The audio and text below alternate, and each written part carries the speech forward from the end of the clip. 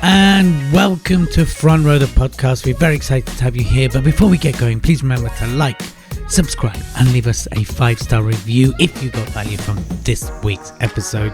We can't wait to share with you all the industry peers, all the industry experts, all around professional speaking. And we are super excited to welcome you to this week's episodes.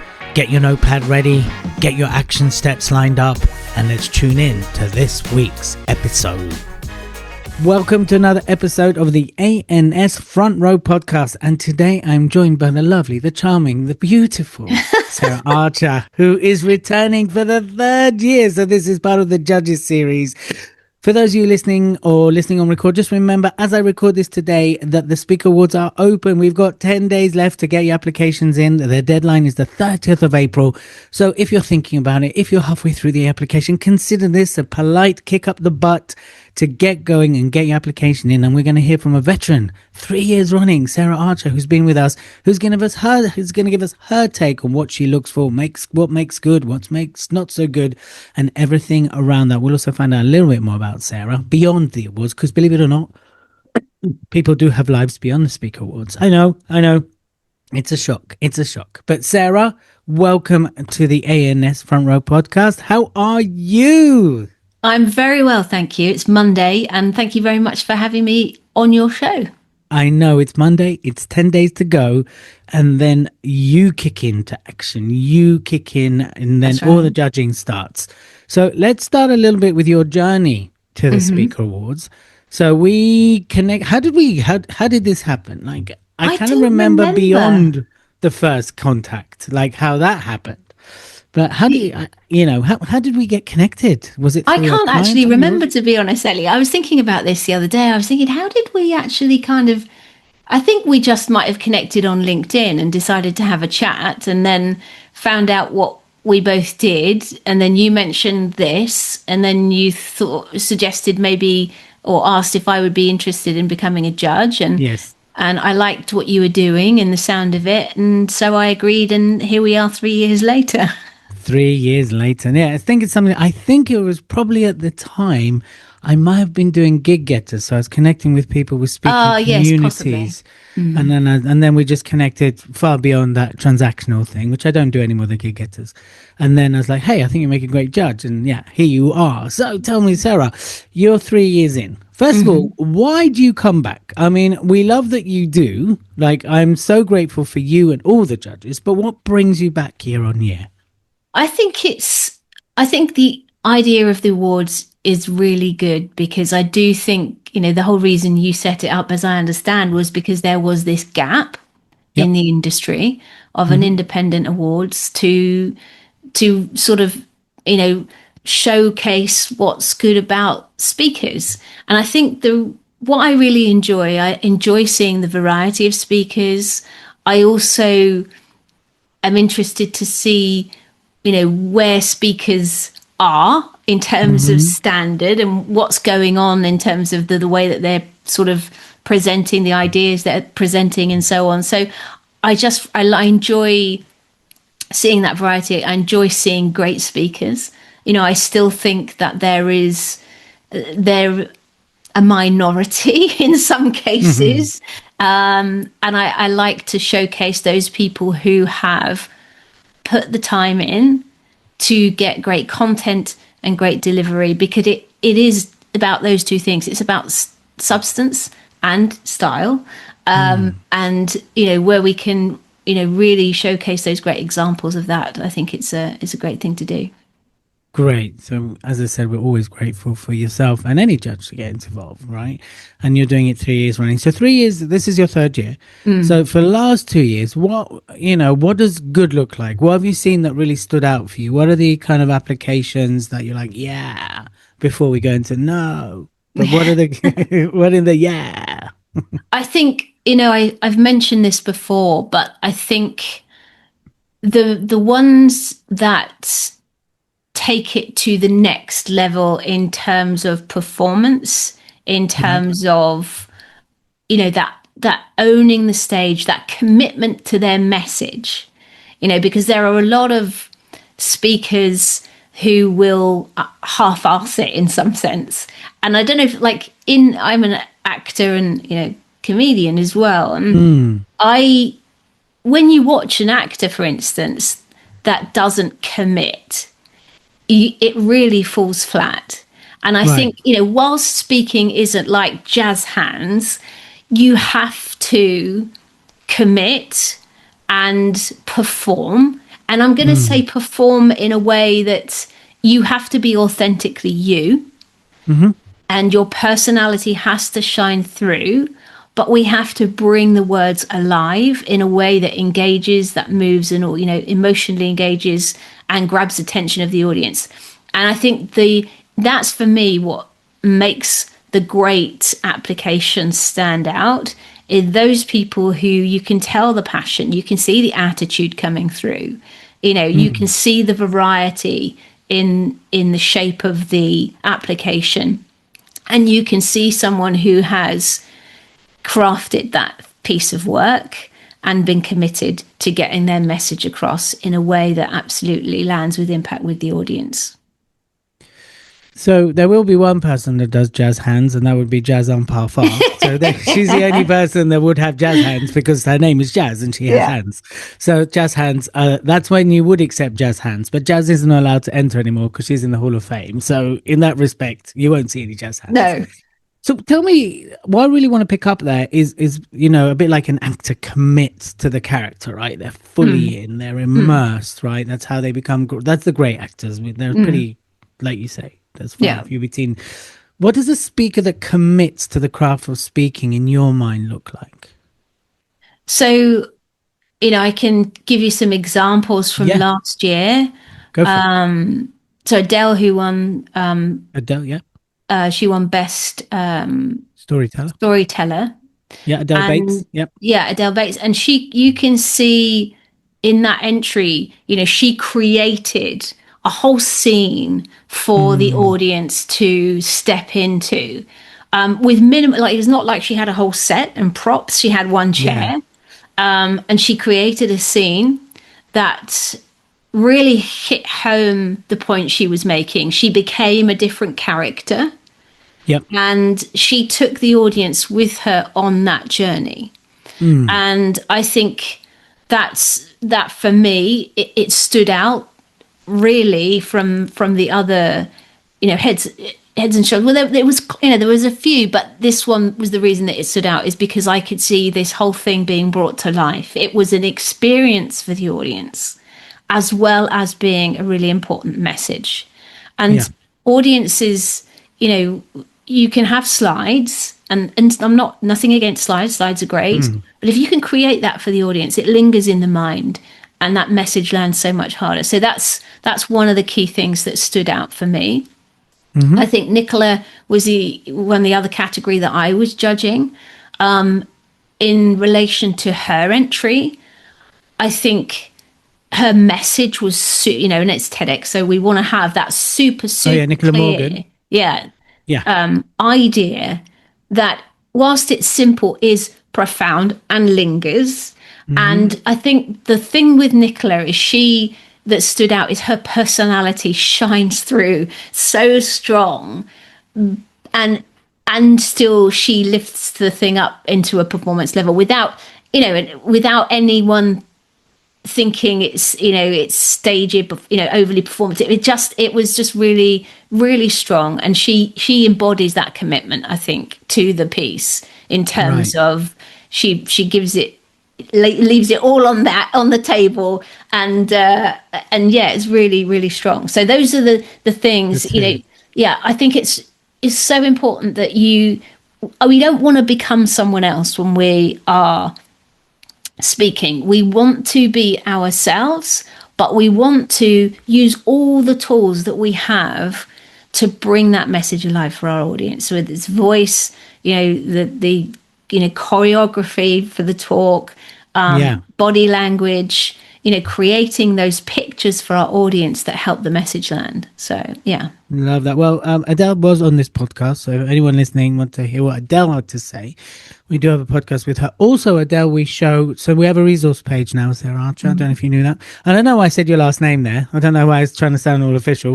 I could have just called you Sarah, right? Anyway, there's a resource page on the speakerawards.com and we actually feature Adele's entry. So this year, what we've done is we've highlighted a few, what does excellence look like, so people can actually see, but not go, oh my God, they're so good, but go, okay, that's what I need to look like. That's to get some inspiration from.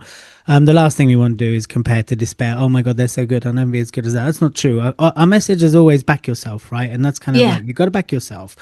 And the key thing that we're finding from, generally speaking, from a lot of people that applied, a lot of people that won, and even people that haven't won, they talk about how the process helps them streamline and get very focused in, right? So from a judge's point of view that sees the end result of that, you've told us what excellent looks like. What does not excellence look like? No names mentioned. No. And, I did actually do a podcast episode on this. If people want to go deeper, I did sort of do the good, bad and the ugly, but not naming names, just, observations so people could learn. Absolutely. Yeah, absolutely. I think when you get to the level of Nicola and what they have done is they have built up additional skills and invested in, perhaps some comedy, some, improvisation. You can see they've invested in their craft. Yeah. I think what stood out from the other side of the coin is where people haven't really thought through, how is this going to come across to the audience? How am I going to keep this audience engaged? There were people who were very much telling rather than showing. Okay. And I think this is a huge thing. We cannot tell our audience anything. Our job as speakers is to lead them to see it for themselves. And especially in a storytelling category, right? And I would say, to be honest, any category, telling a story, bringing the narrative to life, bringing the message to life is something that, needs to be there at a minimum. Because people don't want to be told, they will encourage resistance. So, making sure that you are sharing a bit of narrative so that people can see this, themselves in the message. Also, not, you can tell the people where it felt like it was a pitch going on. Okay, yeah, you're the second. No, third judge to mention that, by the way. I want to go back to your flow, but Ricky, Dom, and you now have all mentioned that people have felt the pitch. So yeah. And even to the point, where some people were showing their books in the video. Like I don't, I'm not interested in from a judge's perspective, particularly, I'm not interested in what you're selling. What I'm interested in is, I am actually, I will qualify that. I am interested in your selling your message. What I'm not interested in is you selling your products or services or books or whatever it is. My job is to assess whether you have sold me on your message. Have you got me bought in to the idea that you're trying to get across? Have you got me bought in to you being committed to, that message? And, as you said, the thing behind the awards is back yourself. And I think there is a back your words as well, in terms of speakers. And that comes back to that commitment. I think there are some simple things like, if you're telling a story about you, as a younger person or a child or whatever, don't put things that an adult would think into the perspective of that child, because it breaks that kind of fourth wall, if you like. Your audience is going to be stepping out and going, well, that doesn't make any sense. And I think that's the thing is, again, you've got to be ahead of your audience. If I say this, if I ask this question, what are my audience going to be thinking? And I need to be delivering, or answering. You've got to be one step ahead of your audience. So I think there's, the things that stood out on the other side was a lack of preparation, the pitching, just not paying attention to what the audience needs in order for this message to land. I hope that gives you some help on that. Yeah, definitely. Well, it's also for me, I can't apply. So, but for the not people you applying, particularly, but you, the wider audience. Yeah. So would you say then you've come across quite a lot of overindulgent, like people get too self-indulgent in what they're putting forwards versus something that would sell their message, their speaking, their delivery better? Yeah, definitely. I think, and I think this works on two levels. And this is something that you see, is this for you or is this for your audience? So is being absolutely ruthless in cutting things which aren't relevant to your message. And, there's a lot of fluff in some senses. And I think being also, when we look at self-indulgence, is your message, like, is your talk going to be relevant for people and be relevant for a commercial market, in whether that's corporate, whether that's individuals? Are people going to want to hear this message, or is this a pet thing for you and no one else actually cares about it? So it's thinking about that as well. And I think one of the criteria often comes up is bookability, not in every category, I don't think. But, are you solving, is there a real issue out there that this is solving for people?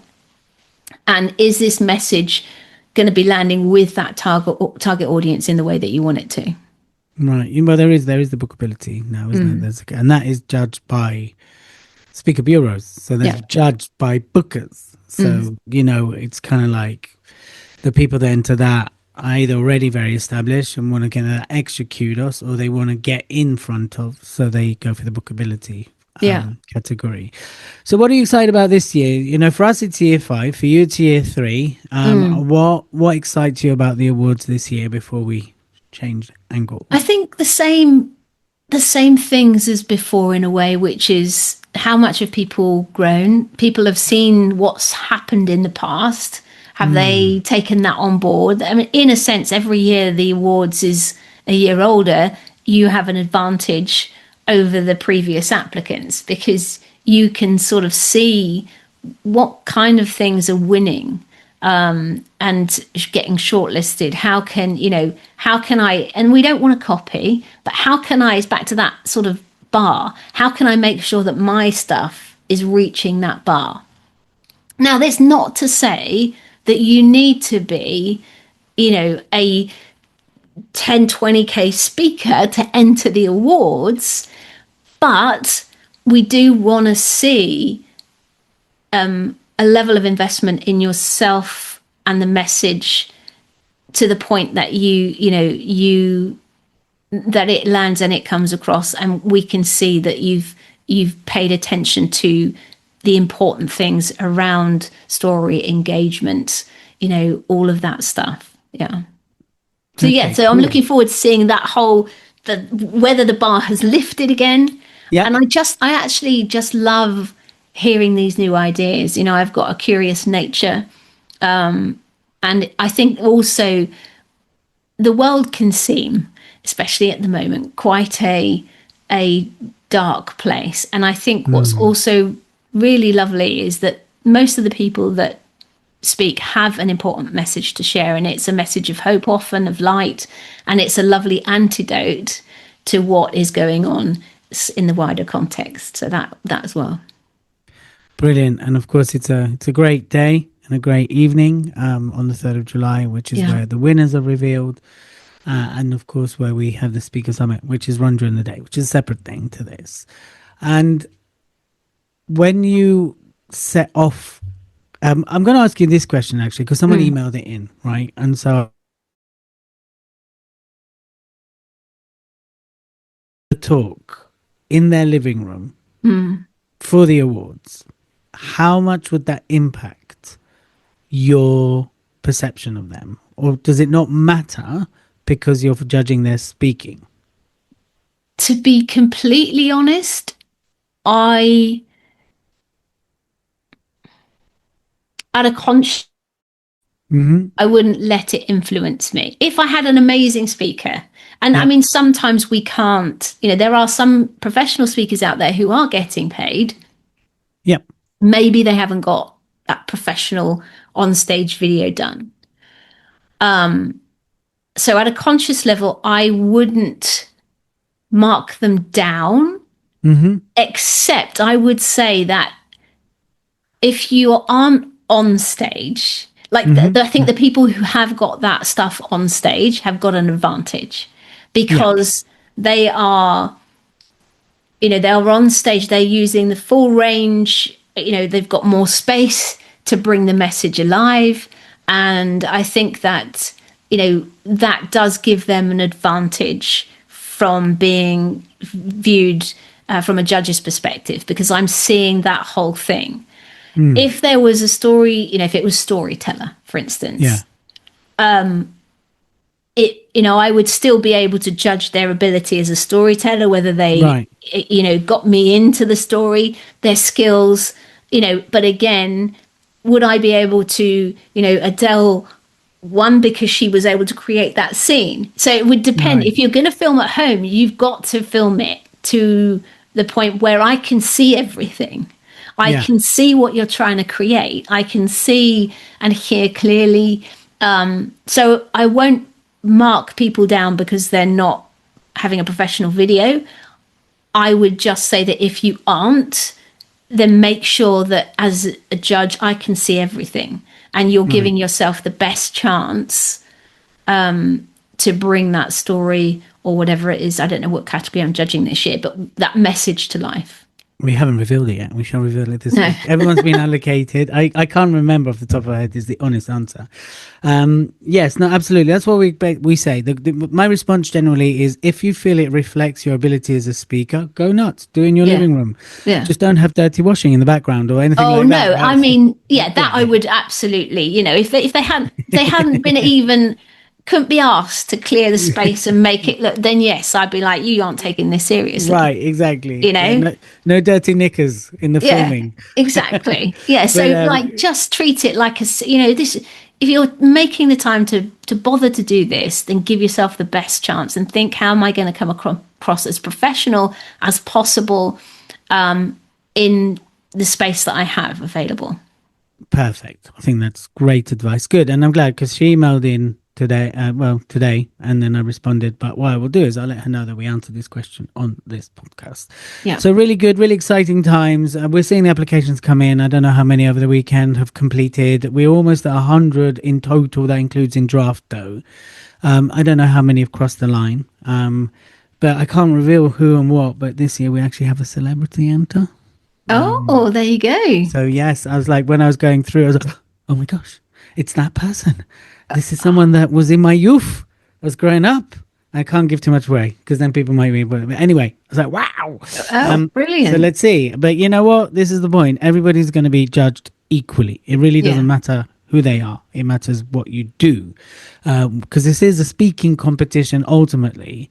And like you mentioned, you don't have to be a 10 or 25K speaker weekly. Get those enter. And some of them that doesn't automatically mean that they're suddenly going to win, right? Everyone's measured equally, everyone's marked equally, regardless of status, earnings, etc. So I just want to reiterate everybody that is listening and watching live on YouTube. Just remember that the applications, as this is being recorded, close in 10 days. TheSpeakerAwards.com is the place to go. So get your application in. Don't leave it to the last minute. Give yourself time. You can edit up until the actual date can close it, and it will close midnight 30th. There's no haggling. There's no bribing. It shuts. That's it. It's done. Window closed, locked, sealed, nailed in. It's not opening. So make sure you get applications in. 10 days to go as I record this. So by the time you listen to it, it might be less. I don't know. Sarah, outside of being an amazing Speaker Awards judge, tell us a little bit more about what you do beyond the judging, because it's a tiny, tiny part of what you do.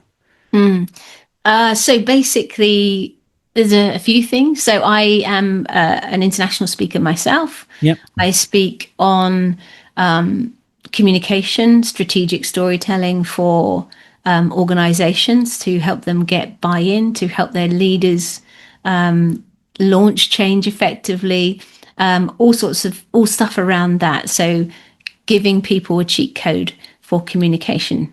Ooh, a cheat code for communication. I like that. Yeah, so that's that. I also work with individuals, so it could be corporate leaders, authors. I work a lot with business authors who want to turn their book into a profitable talk, and experts who absolutely want to nail their signature talk. So I work with them to help them nail their talk and get them booked and getting paid. And I also write plays and do comedy, and so I have a theatre company that also goes out on the road doing shows. So that's the majority of what I do. So yeah. So you do many things, but all kind of in the same space. You're still kind of, it all involves stage, performance, delivery. Storytelling, I think, is like my I think that's the golden thread through everything that I do is, stories, whether that's strategic ones for business or ones for getting a message across in a play or whatever. So yeah. Oh, good. And how are you finding with the current climate, everything that you do? Are you finding that it's affected in any way, or are you finding not? Like, I guess it's all different, right? Theatre's one thing, comedy is another. Yeah, I mean, I would say theatre is one of those luxury items. Okay. In the sense that people, I think it's very hard, especially for live performance.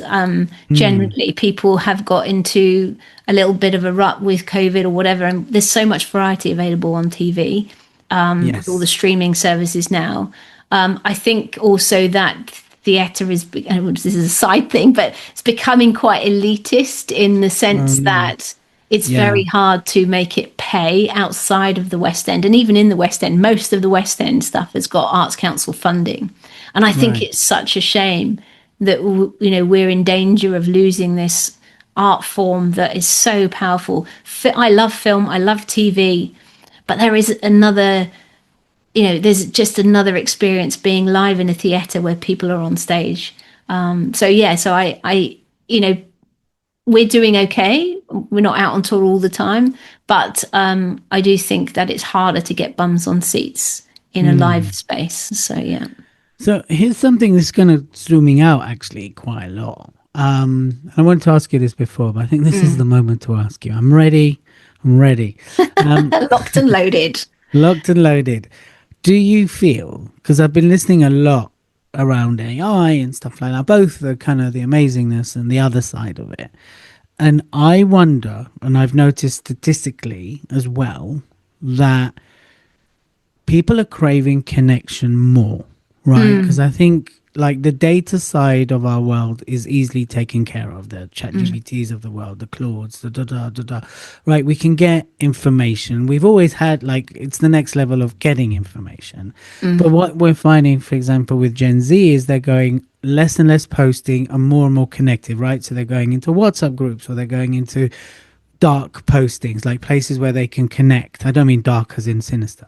And actually the internet's plateaued, and actually content has kind of reached a level where, first of all, people don't trust it because AI can generate so much of it. So there's a distrust. So what I wanted to ask is, are you seeing more craving for connection, and therefore you're kind of seeing more of an uptake on things because people want to be in a room, they want to feel the person, they want to hear the person, right? Even video these days, I think now what we're going to see more and more is skepticism around video content. So how are you finding that aspect of your journey? Yeah, it is something. I think that's true, that people are looking to have those, certainly in a coaching space. So I will be doing some live events this year myself around speaking, working with speakers, directing them to bring their talk to life. But I want to, and I feel like people are actually looking for that high touch and connection.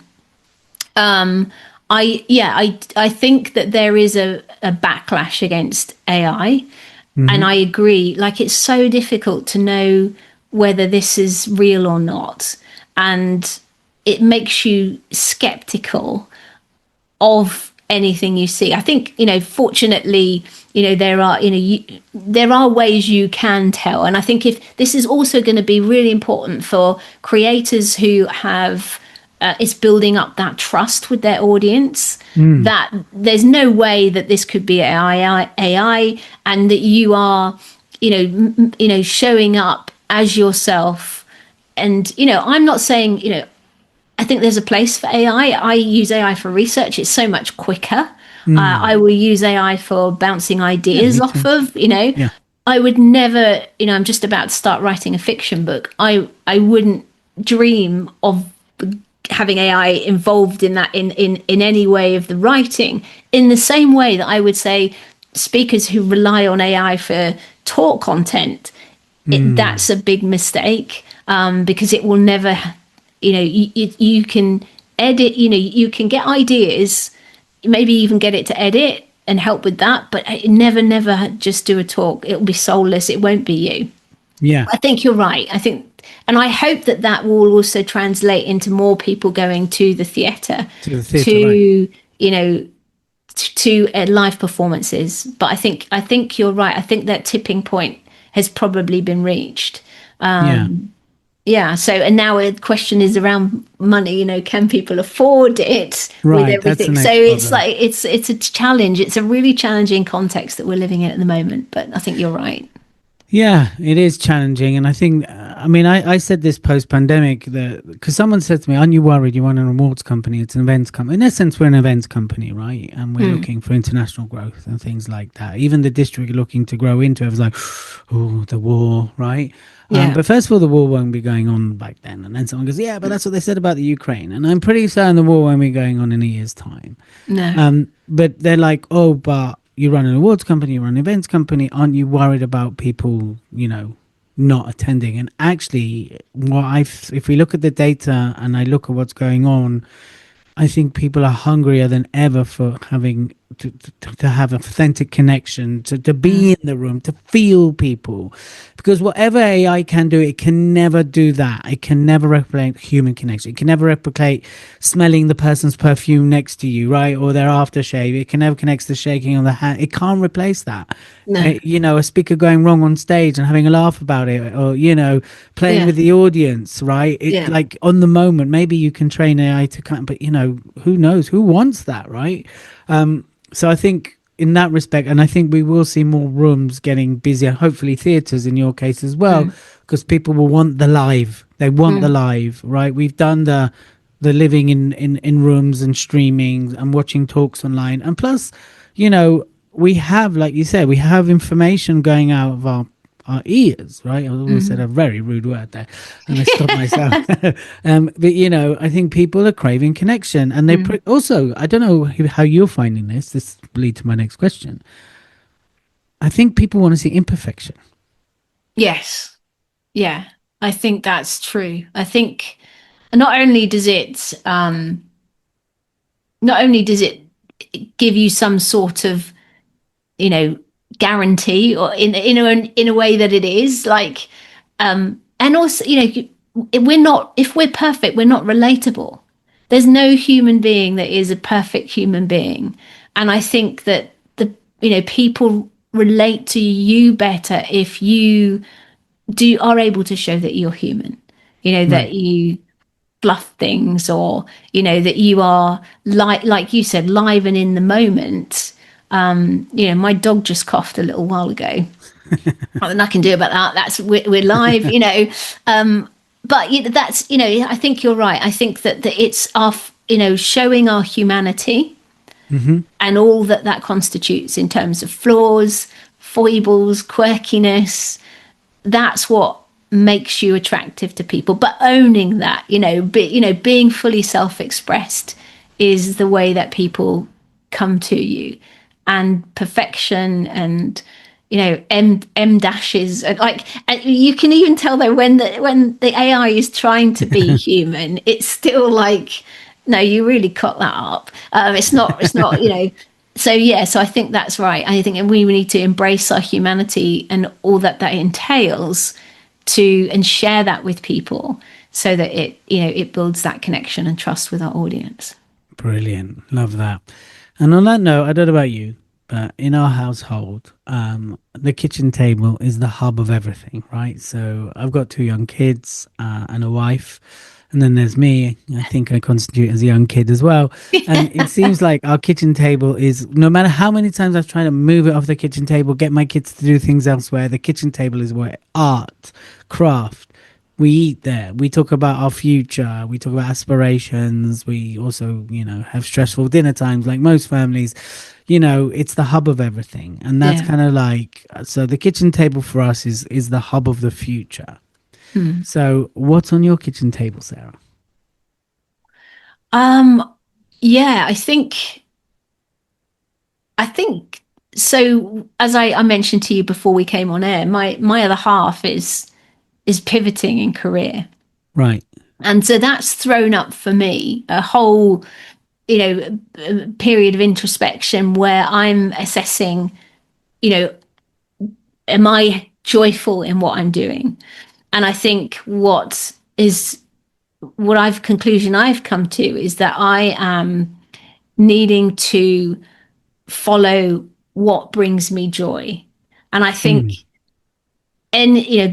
if I can focus on that, so this is what's on my kitchen table, doing projects and things that bring me joy. And that is where my creativity and flow come in. Also got to put food on the table. And this is where we talk about, we've got to have that Venn diagram overlapping between joy and commercial viability and all of that stuff. But to prioritize that. And, I'm a bit of a nerd. I play a game called Magic the Gathering, and I've set my sights on trying to do some competitive tournaments for Magic the Gathering this year as well. So I'm enjoying learning and developing as a Magic the Gathering player. So yeah, it's very nerdy. Yeah. Well, so, what is it? Tell, I don't know anything about this game. Go on, give us a top really level. Cool. So top level, it's a trading card game similar to, there's Pokemon, there's Lorcana, there's those that people probably heard of Pokemon. Magic the Gathering's been going since the 90s. It's a game where you cast spells, and this is the human connection side there, because I play Magic twice a week with a whole variety and demographic. We go to the local game store and we play Magic in various formats, and it's a laugh and it's a social thing as well as keeping you sharp strategically. It's a very strategic game, but you can learn it easily, but you can also keep growing at it. So it's really cool. So I absolutely love it. I've got addicted to it. Myself and my wife got addicted to it, and I play it at least once to twice a week. So it's cool. Oh, well, good luck in your competitions. And of course, yeah, no. It's interesting because I think every now and then, especially as entrepreneurs or professional speakers, you kind of hit that intersection of going, what makes me happy or what brings me. I mean, I talk about fulfillment versus happiness, right? Because I strongly believe happiness comes and goes. We're a human being. Like, we have ups and downs, but fulfillment is longer lasting. If you're fulfilled, you can have happiness and unhappiness within that. But if you don't have fulfillment and you have happiness, and it's a lot like the drop is much steeper, right? Yeah. Or a life of purpose, one might say. Like if you have a life of purpose, there's ups and downs, right? Yeah. And it's funny because like what we talked off Flair is I want to up level everything around this business, including the commercial aspect of it. And it's interesting because I still coach myself and I still do other stuff outside of the business. But in an ultimate ideal world, I wouldn't, right? All of my energy would go into it. And so part of up leveling is bringing to that point where I, can phase out other things that I'm doing. And I want to. It's not like I'm resent. It's like I want to do that. Yeah. So you do have to find that balance of, the commercial aspect and fulfillment. And so, yes, like yourself, we're working on that as Yeah, well. And, I've good. got some stuff after this where I need to put my head down and get right, which can help make that Yeah. happen. So it's interesting. And I was at that place we were talking about last year. And for me, it was a real interesting, it wasn't prompted by my wife, it was prompted by, I'd done a training down in Sevenoaks. So every now and Yeah. then I'll do like a day training and then a filming day. So it's 2 days where speakers come, we take them through a structure, and the next day they film it. So this year we Mm. filmed it live in a theatre, big theatre, great experience. And I remember last year I was there, and normally when I finish these trainings, I'm buzzing. I'm all over, and I'd arranged to meet someone. It was her birthday. It's like, yeah, like how it'd normally be. But finished this particular one, I had a headache. I was tired. I didn't want to see anyone. I was like, what is this? And I remember I was in this hotel, and I left my phone in the room on purpose because I didn't want to. I wanted to sit with it. I wanted to go, what is this? And I remember sitting there, and I'd ordered my dinner, and it's just me and no one else and no phone. And it just came to me. It's like, I just don't want to do this anymore. Right. Mm. I've done training for God knows how many years, like well over a decade. I'm kind of done with the training side of things. And that was kind of the beginning for me of removing things, right? Gradually removing things. And so it's led me to a much better place, but like, equally things need to up level with that. So Yes. was that similar to you? Or is it just prompted by your wife kind of going, oh, I'm going to do this? And you're like, well, what do I want to do?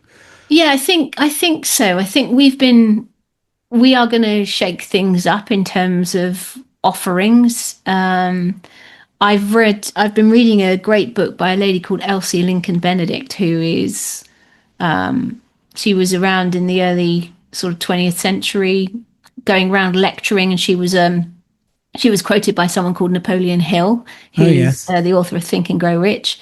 And I've been working. I took some time out, like about a week out, just to work through. The book is called How to Get Anything You Want.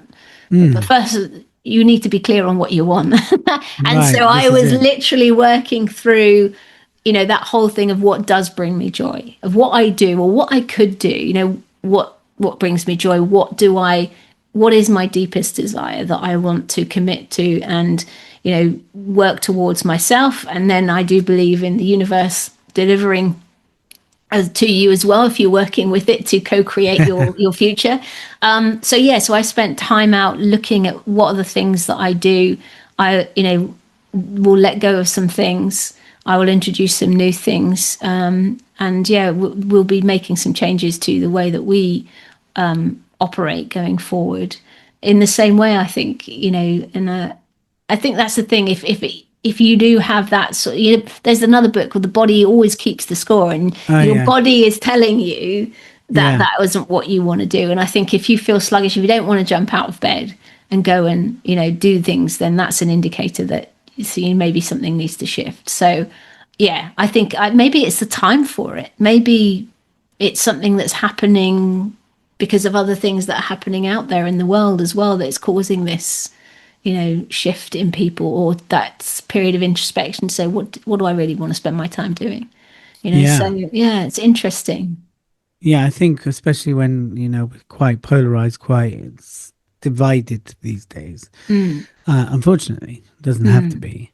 I think that a lot of people find themselves reflecting on what they really want, Yeah. right? And I think it's probably one of those periods. I mean, I got there last year. Other people get there at different times, and I think we're always evolving, right? So I think this is something that even when you arrive somewhere, a few years later, you're like, "Hey, this isn't what I want anymore, right? I want this." And I Yeah. think it's being brave and acknowledging that, and it's hard sometimes, especially if you've built mass wealth and you make loads of money. It's like, oh, do I really want to leave this? But what's the price? The price on the other side is potentially a life of misery or compromise on who you really, really, really want to be, right? And I Yeah. think that's a big part of it Yeah, as well. definitely. So as we start to wrap this up, I always ask this question: what's what should we be speaking about that we're not speaking about? Interesting one. I was on a podcast the other week, and they asked me what was I seeing happening in Mm, my industry. Um, So obviously, as I mentioned on the other podcast that I was on, DEI is taking a bit of a hit because of the wider context of things. I think this really important thing is that what you don't want to speak about is stuff that you perceive is popular, and jump on the bandwagon. Because if you're not fully, feeling it, and it's not a message that you really care about, then I think if you're just doing it for purely commercial, that's the other side of the coin. It's not going to be coming across as authentic or whatever. I do think, it's impossible not to consider the impact of technology and AI. And I think that there will be, for a lot of people, angling that into your message, not to take over your message, but, like you asked me that question, it's going to come up in future of work. It's going to come up in anything relating to work. It's impossible not to acknowledge the impact of this going on. I think that, if we are craving human connection, that might be an avenue to look at how do I speak about that? How does what I do link into that? But yeah, tech, connection. I mean, and you've got those evergreen subjects of communication, leadership, and all of that sort of stuff. I think people are going to be coming to a crossroads too. We've been talking about it. I think there will be a number of people who will be the fallout of AI in terms of their careers will need to shift. So right. I think that there will be, certainly in the B2C space speaking, there will be an opportunity for people to, and potentially in the corporate world as well, if you can talk about what's next for people and how to discover that may be a place as well. So there is a few things that I'm thinking about. So what's one thing you'd like to highlight in this? So in terms of what people in terms of what should we be speaking about that we're not speaking about, bringing to the forefront of conversation. Okay. I might not respond, but this is your chance to kind of. So on stage or off? Anything in the world that really you think we should be talking more about that we're not talking enough about. I think one of the things that's really, so I'm a LGBTQIA person, and I was talking the other day about how labels are being weaponized in order to sow division. Yes, true. And how important it is for what can absolutely be an antidote to that is telling the story of a single person and knowing the person. And because as soon as you can understand, how things impact one person, then it takes all the power away. I think we should be speaking about, humanity and human being. Like I think that connection thing is important from that perspective as well, because we don't want to be talking about big groups and labels. And I think the more that we can bring it down to the level of individual and bring people's attention to real life stories rather than labels and groups and that sort of thing, that's what I think is really important. We've got to, and this is not where I expected to go with this, but that's okay. That's exactly why I asked this. Yeah, I think the world is a difficult place at the moment, and it's easy people are feeling anxious, and I think it's easy. You've got some people will say, "Well, I'm not going to look at what's going on because then it won't affect me." But then the other side is that's how do I be a good corporate citizen, good citizen in the world? And I think it's just by being kind, being human, reaching out and focusing on the things that you can influence and control. And, so there's a lot there. So the one thing is, I think, being kind, I think, and it's one of those things that's overdone, but think about people as people. Sorry? Can you ever overdo being kind? No, maybe not. But I think it's just recognizing what's the same about us rather than what's different. And Yeah. that's the most important thing to speak about, I think, is what brings us together rather than divides us. Yeah, it's interesting because when I hear you speak about that, in my new book, I talk about actually how do you take on, I talk about certain attitude and how do you do that if you are, from a different community, a different sexual Yeah, orientation, a different race. I talk about that. And actually, one of the things I do talk about is the way to disarm is to tell your story and your experience. absolutely. Yeah, Right. And I think, because if you go up to groups, people can't relate often to groups, or they yeah, just, then their stereotype comes projected onto that group. But when yeah. there's a person in front of you going, well, this is how it's happened to me, then it's very hard. Oh, I didn't realize it impacts you that way. And Yeah. I want to ask you this, and feel free not to answer. It's not a controversial question, but I find it's the gray areas that are the hardest to approach, right? So if someone's outright prejudiced, you kind of get, what you're getting there, right? And then it's a choice. Do you fight them or just go, you know what, I'm actually not going to influence them? Then, of course, you got the people completely on your side, which is great. We want those people. I find when I kind of, because, I'm half Argentine, half English, I've got various heritage going on in me. And I find it's the gray area that is more the cutty side of things. Because then you're sitting there weighing up, do I tackle this? Is it, or is it not worth it? Like, and that's where I find I've got the most dilemma is in the gray area. Like when someone's a prick, they're a prick, right? And you're not going to change they're a prick and they're racist and they're whatever, misogynist and chauvinist. And sure, there are people that go, you're disgusting, and they're going to, but you're going to met with fierce aggression. And then it's a choice. And I completely admire the people that go for it, right? You take those people on. It's the grey areas to me that I find are also the most dangerous. From your point of view, what do you think and about that? I think it's really important in those situations. So, often people will say things that they've heard or whatever, and they're not, Yeah. they're not that. And I think it's important. You can, like you said, if they're completely at each end of the spectrum, no point. But I think it's important to challenge that, but to do it in a way that is bringing people towards you. I often talk about the pull and the push, and speakers have a role. And this is something for people to take on board. If you push your audience away by saying something provocative at the start of your talk, by challenging something they believe to be true, then you always want to pull them back to you. But there is a way to challenge what people say or get them to try and see another perspective in a way that builds bridges and connection rather than tears them down. So I would, if it was something that I really wouldn't want them to go on believing this, if it wasn't true, then I would probably, gently try and show them another perspective. And I would say that's a really valid view, and that lots of people have that same view. But I don't know if you've come across this.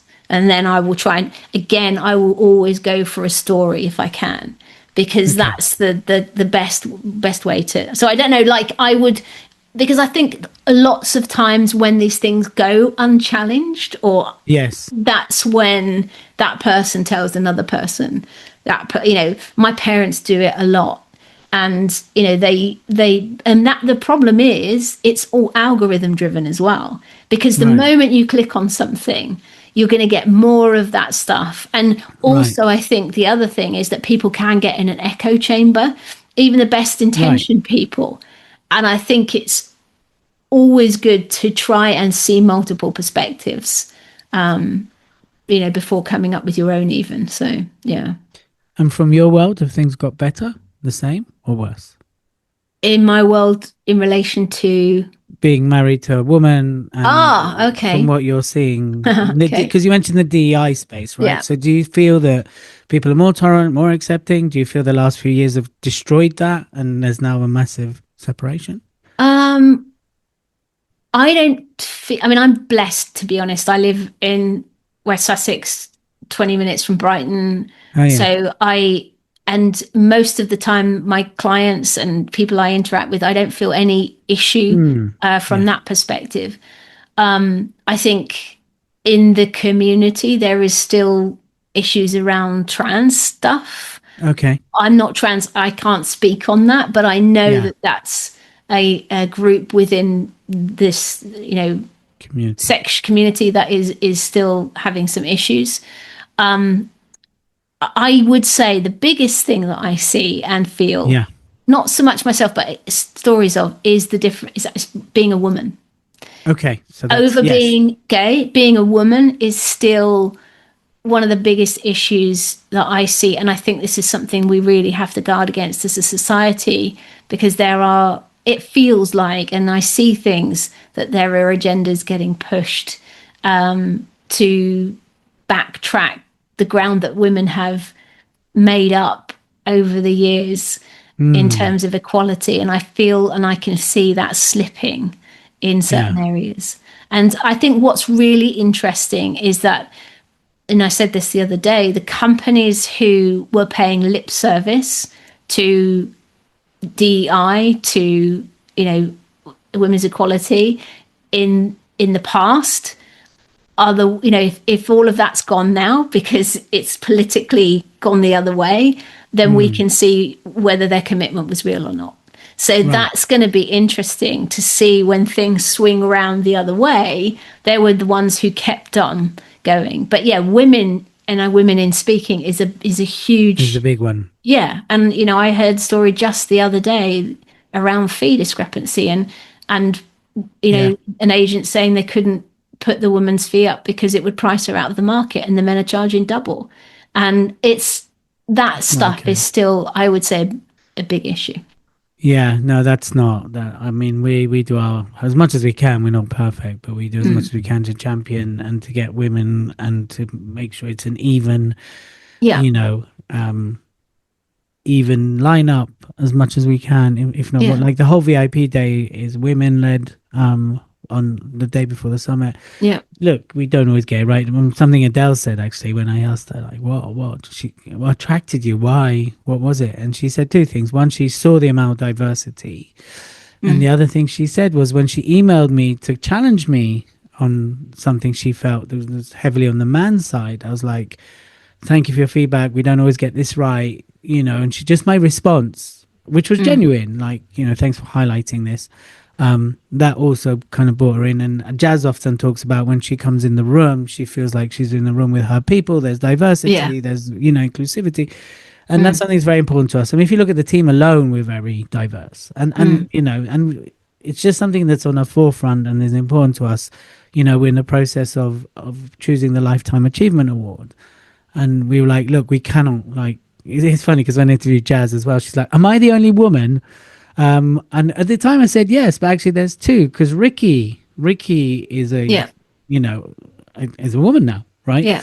And so by the time I was like, oh yeah, we're really bad. We've only got one woman in our Hall of Fame. Oh, that's really bad. So this year we literally have gone out looking for a female. Yeah. So I agree. There's a lot more can be done. There's a lot more that should be done. And I think there's no excuse anymore. I just don't think there's like, I don't know if there's excuse in the past, but there's definitely shouldn't be an excuse now, period. No. Right?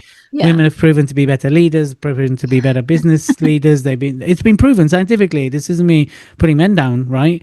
It's true. Like, that just the brain, it works differently. Women think differently. They think more inclusive. They think more communal. They lead better because they're more aware of other people versus the hunter mentality. And I think that should be encouraged. That should be encouraged and should be brought more to the forefront. So there we go. Rant over. But one thing that's important to flag, just for men listening, watching this, as a judge, it doesn't matter to me whether you're a man, woman, or I am judging on the same criteria across the board. So I just want to make that point really clear. And it's important for you as a guy not to, like, you should enter 100%. And, so I just want to make that clear. That's yes, no, everyone's judged equally. And I think I said that when we talked about a celebrity entering, right? Yeah. Everyone's judged equally regardless of race. It's all about your speaking, and that's what people are going to look at as well. Exactly. It's about merit. That's what it's about. Yeah. Brilliant. So last message as we wrap this up, any final words of wisdom to the people who are hopefully going to be applying or listening to this? What would you like to say to them, Sarah? I would just say, if you have thought about it and haven't done it, but you know that you have a great message, a great story, do enter the awards and, back yourself, as Elliot mentioned earlier. If you've got it in progress, get on and finish it. You've literally got less than 10 days now, 10 days possibly, today. Between 5 and 10 days to get this done. You don't want to have a regret. Get it done. And if you are going to film it at home, there's nothing wrong with that. Just make sure you give yourself the best chance.